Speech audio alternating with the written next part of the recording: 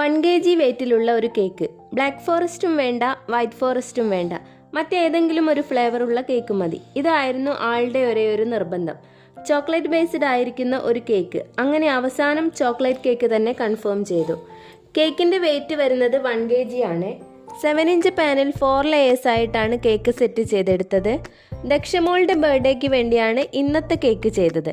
3 മണിയാകുമ്പോഴേക്ക് cake delivery ചെയ്യാൻ പറ്റുമെന്ന് ആള് പ്രത്യേകം പറഞ്ഞിരുന്നു.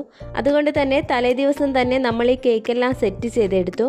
കേക്ക് ഫിനിഷ് ചെയ്ത് സിമ്പിളായൊരു നോസിൽ ഡിസൈൻ കൂടെ കൊടുത്ത് കേക്കിൻ്റെ ടോപ്പിൽ ഓറിയോ ബിസ്ക്കറ്റ് ഗോൾഡൻ ഡസ്റ്റ് കൊണ്ട് ഒന്ന് ജസ്റ്റ് ബ്രഷ് ചെയ്തെടുത്താണ് നമ്മൾ ഈ കേക്കിൻ്റെ ലുക്ക് കംപ്ലീറ്റ് ചെയ്തെടുത്തത്.